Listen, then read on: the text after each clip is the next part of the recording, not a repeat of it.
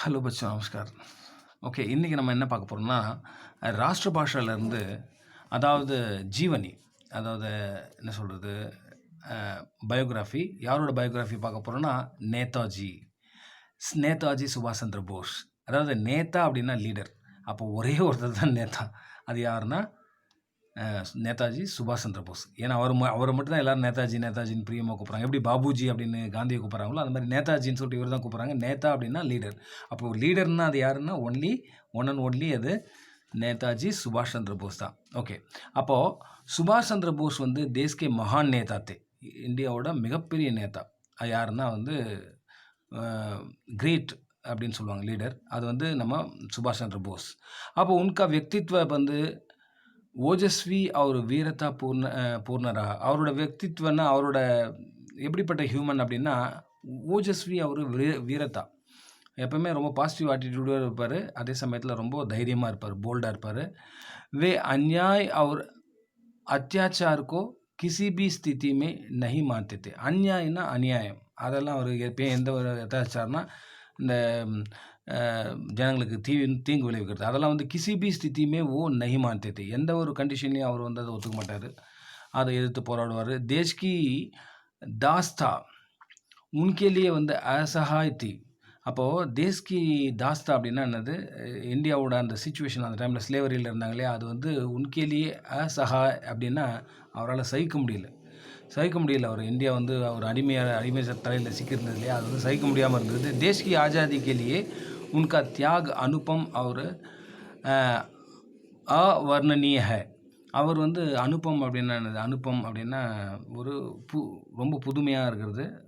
அதே சமயத்தில் அவர்ணனீய அப்படின்னா நம்ம வர்ணன் பண்ணவே முடியாது, எக்ஸ்பிரஸ் பண்ணவே முடியாது, அதை வர்ணிக்கவே முடியாது அந்த வார்த்தைகளால். அந்த அளவுக்கு அவர் வந்து தேசிய ஆஜாதிக்கேலியே உன்கா தியாக், அதாவது இந்தியா ஃப்ரீடம் ஆகணும்னா அவர் என்ன சாக்ரிஃபைஸ் பண்ணாரோ அதை வந்து நம்ம வார்த்தையால் வர்ணிக்க முடியாது. அப்போது அதாவது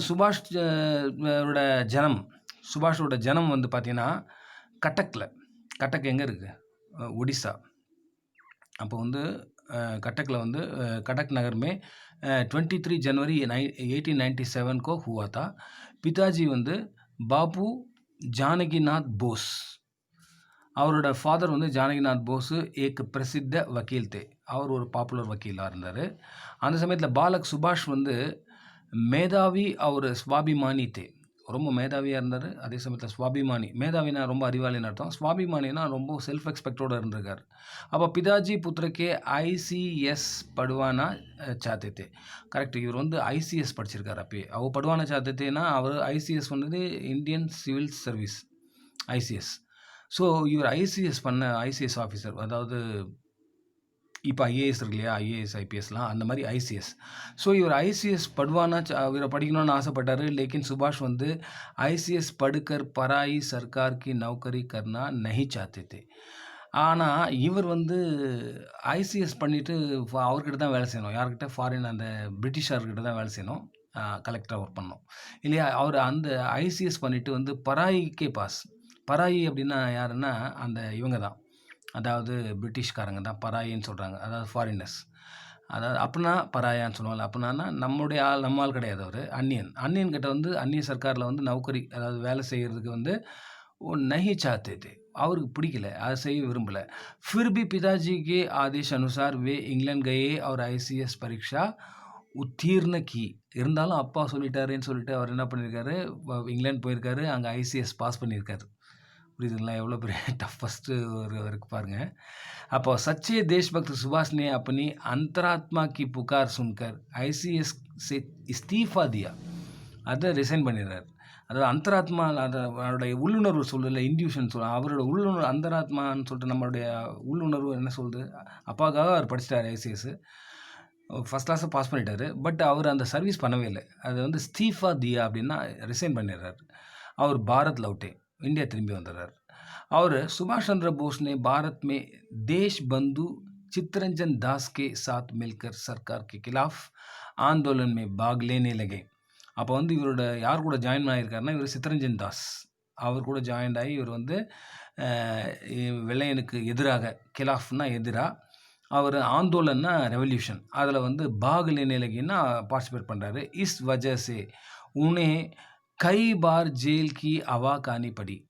அப்போ நிறைய நாள் இதனால் அவர் ஜெயிலே இருந்திருக்கார். இந்த மாதிரி பண்ணதால் அவர் பெரும்பாலும் அவர் லைஃப்பில் வந்து நிறைய டைம் வந்து ஜெயிலே ஸ்பெண்ட் பண்ணிட்டாரு. जेल से छूटते ही वे सरकार के खिलाफ अपनी गतिविधियों को और तेज कर देते थे.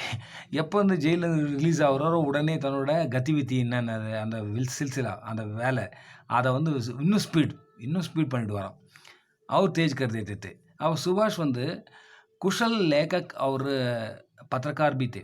அவர் வந்து அற்புதமான ஒரு ரைட்டர், அதே சமயத்தில் வந்து ஒரு ஜேர்னலிஸ்ட்டும் இருந்திருக்காரு. देश में ब्रिटिश सरकार के खिलाफ क्रांतिकारियों के सशस्त्र आंदोलन भी चला रहे थे. चल रहे थे. அதாவது அப்போ வந்து பார்த்திங்கன்னா சசஸ்திர ஆந்தோலன் அப்படின்னா வெப்பன் வச்சுட்டு தீவிரவாதிகள் அவங்களாம் வெப்பன் வச்சுட்டு போராடிருக்காங்க. ஆந்தோலன் அதாவது கிராந்திகாரின்னு சொல்கிறாங்க. அதாவது என்ன சொல்கிறது புரட்சியாளர்கள் அப்படி இருந்திருக்காங்க சர்க்காருக்கு எதிராக.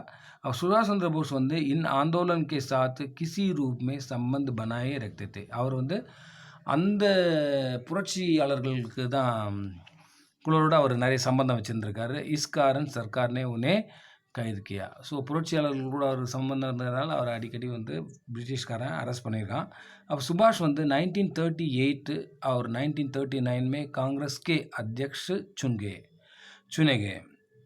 அப்போது 38-39 வந்து காங்கிரஸ் லீடராக இருந்திருக்காரு. இவர் புரியுதாமா, அத்தியக்ஷராக இருந்திருக்காரு, லீடராக இருந்திருக்காரு. लेकिन गांधी जी के मतभेद होने के कारण कांग्रेस से वे अलग हुए और फॉरवर्ड ब्लैक नामक राजनीतिक दल स्थापित किया. ஆனால் இவருக்கும் காந்திஜிக்கும் மத்பேத், அதாவது அவங்களோட ஐடியாஸில் வந்து ஐடியாலஜி பிடிக்கல ரெண்டு பேருக்கும். ஸோ அவர் காங்கிரஸை விட்டு 38-39 லீடராக இருந்திருக்காரு, காங்கிரஸ் லீடராக. ஆனால் காங்கிரஸில் வெளியே வந்துட்டார். அப்போ ஃபார்வர்ட் பிளாக் அப்படின்றத வந்து ஆரம்பிச்சிருக்காரு. அப்படின்னு ஒரு பொலிட்டிக்கல் பார்ட்டியை தனியாக ஆரம்பிச்சிருக்காரு. அது ஃபார்வர்ட் பிளாக் வந்து சுபாஷ் சந்திர போஸ் ஆரம்பிச்சது. அப்போது சுபாஷ் சந்திரனே சிங்கப்பூர் மே ஆஜாத் ஹிந்து ஃபௌஜ், அதாவது ஆஜாத் ஹிந்து ஃபௌஜ்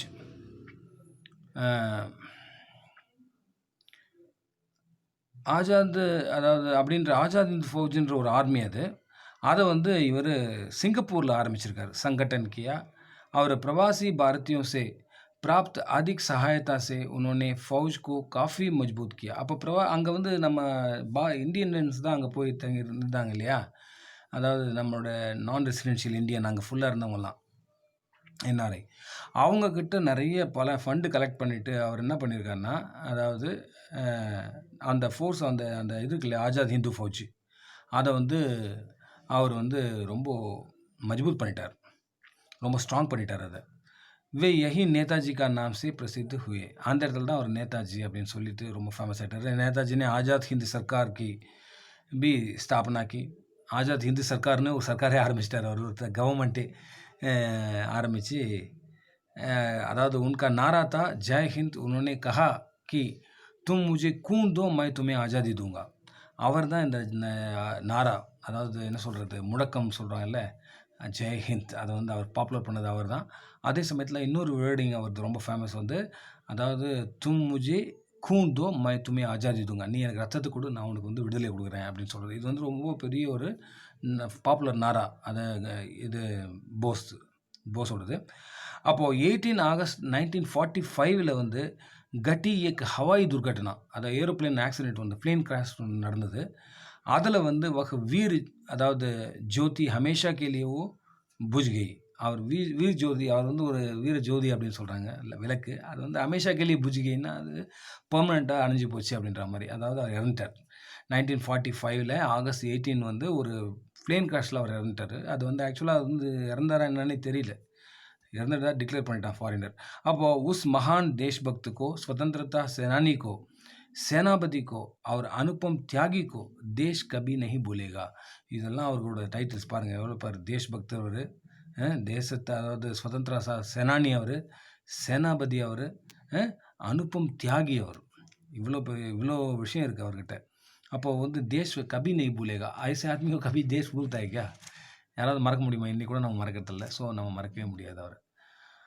ஓகே, பாய், தன்யவாத்.